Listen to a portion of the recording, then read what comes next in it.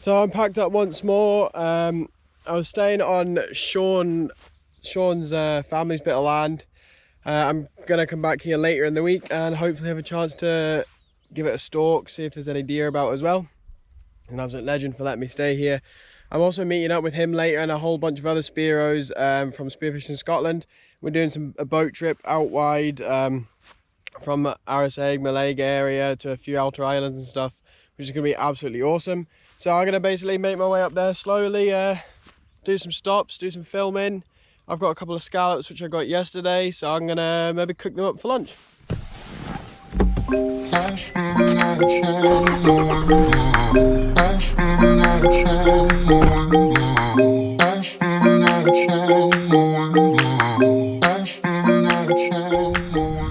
So in the background you can see the Glen Viaduct railway bridge. You might recognise it from Harry Potter.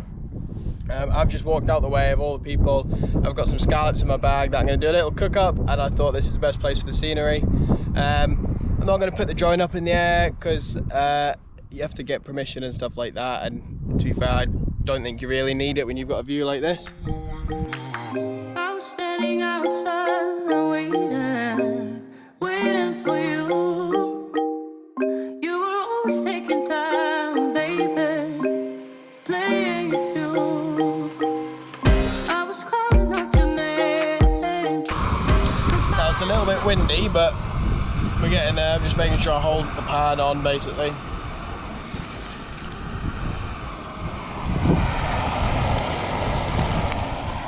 So there you have it, some scallops wrapped in prosciutto, cooked in some butter, nice and simple, and some olive bread. And that's where I'm going to be eating. Not a bad view, is it really? Waiting for you. Okay, I'm going to make my way back down to the bottom now, get in the truck and start driving to the next location, which I think will be the campsite or somewhere maybe. Even if I find somewhere nice to stop, I'll just go for that and have a look and see what it looks like. Might not get better than this though.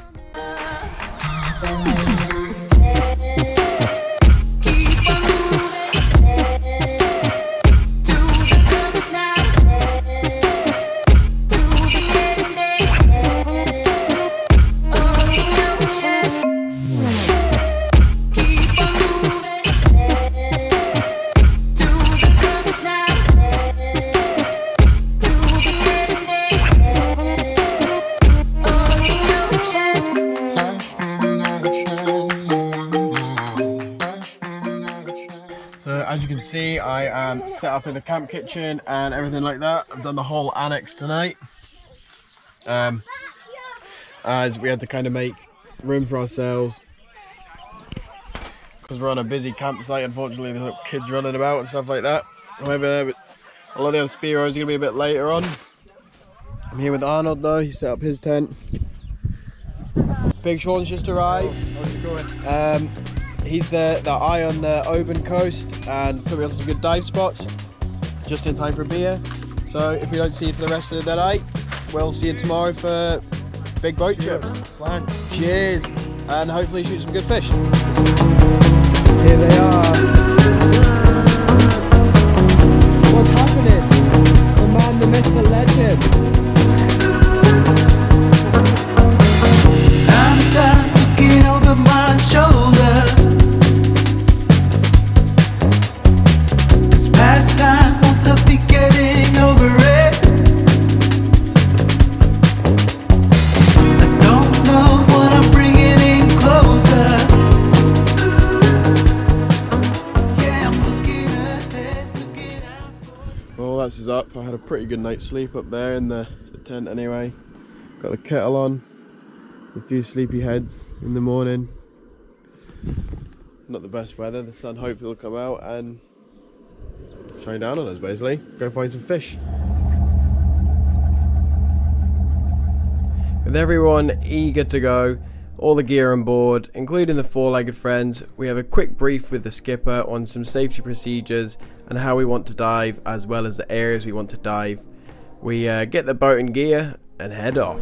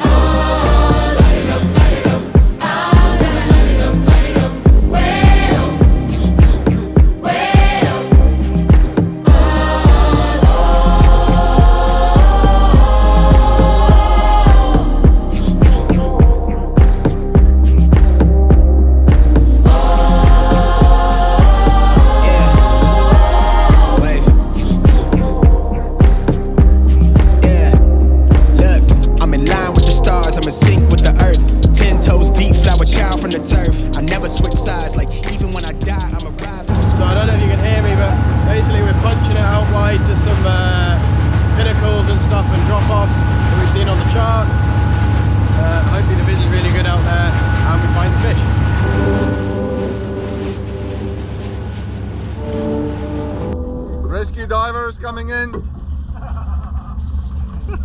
Watch Toby. Come back here. After a team effort rescue mission to save somebody that got a little bit too excited on the boat trip, we went in the direction to the first reef that we wanted to have a look at. On the way, we were lucky enough to bump into a minke whale that was surfacing now and then. We stopped the boat and me and Sean quickly got our suits on and swam out to see if we could meet it. We didn't chase it down or anything like that. There's a lot of regulations with how close you get to minke whales and other whales and life with boats. Quite often these minke whales can be quite inquisitive and come right up to the boats, and that's what we were hoping for. However, it didn't come that close, but it was an amazing experience being in the water around it.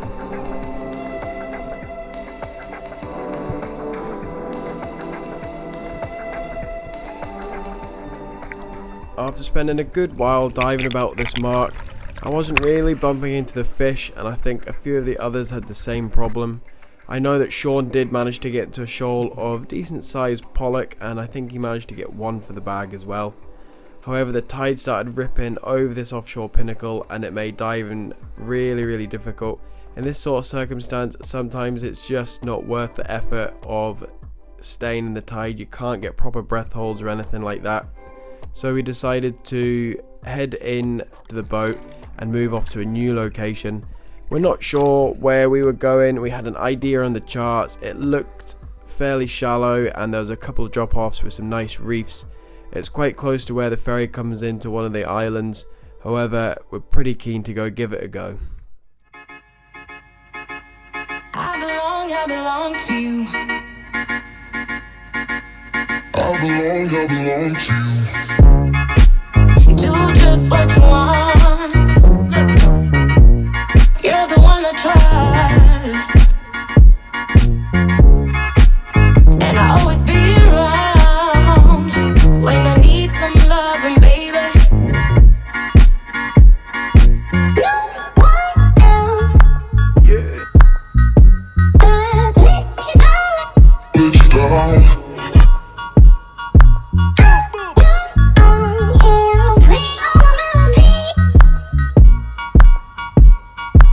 All my melodies that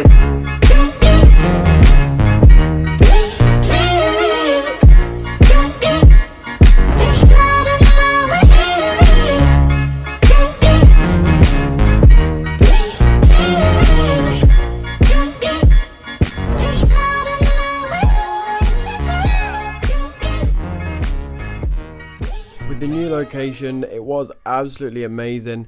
Fortunately, we weren't finding the scallops.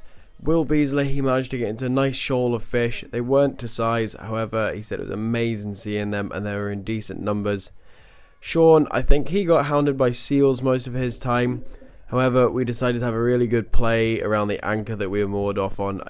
I can't really help myself in circumstances where I don't find any fish. I kind of just go a bit crazy. With this, we decided to move off to another spot, this time being a lot deeper. It's a big drop off from 0 to 50 in the space of 10-15 meters, straight off the cliff edge. Absolutely stunning scenery and amazing diving.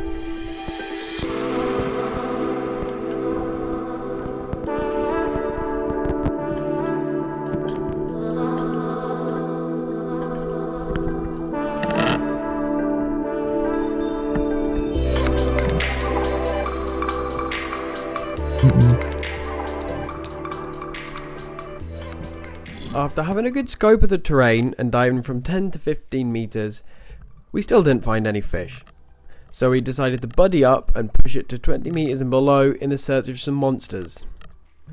However, we didn't find any monsters, thinking we're maybe a bit premature and we're still very early in the season.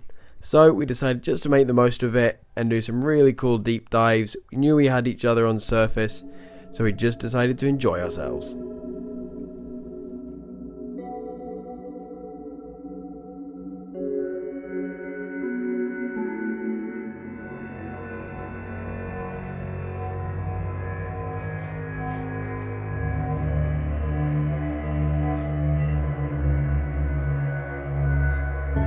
You walk into the room, claim the air for your own.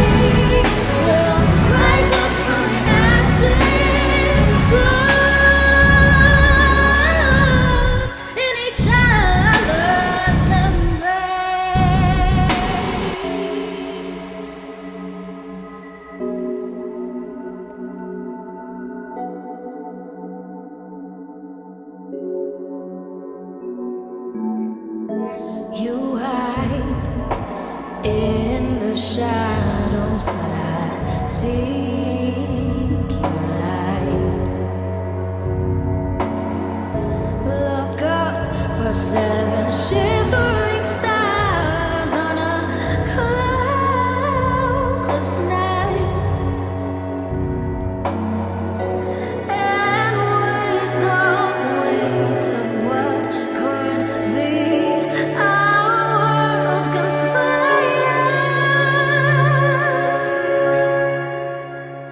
to end in fire. To end in fire. And when in fire,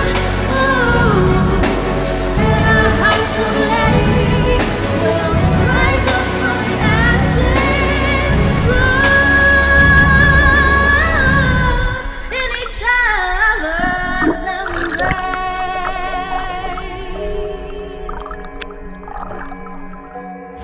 So that's just come to the end of the day really. We've just got our dry clothes on, which feels amazing, especially after being in the water all day. Unfortunately we weren't finding the fish. It's still very early in the season. The water's freezing. We're just picking the last couple boys off. Then it'll be back to the campsite for some beers. I think a couple of the boys got some scallops, so they'll be cooked up. Other than that, we're gonna have to work something out, buy some other meat, unfortunately. However, found some brilliant spots for future boat trips as well, and the day's diving in this scenery can't be beaten really.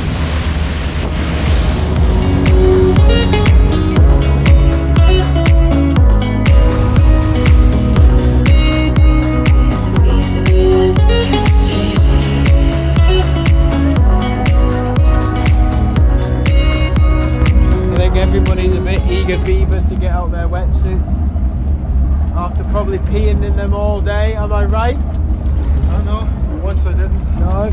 So with the first day done, it was an amazing day's diving and meeting everyone from Spearfishing Scotland. It was very early in the season, however, great to meet everyone and get out diving. Thankfully, Sean shooting that pollock at the beginning of the day and the lads getting some scallops right at the end of the day, whilst we were chasing sea monsters that weren't there. With them getting the scallops, we had some fresh scallops cooked up with some black pudding and chorizo, and some fresh ceviche made by the amazing Jane Ann, cooking up as a big feast for us. And to finish it all off, an amazing sunset as well.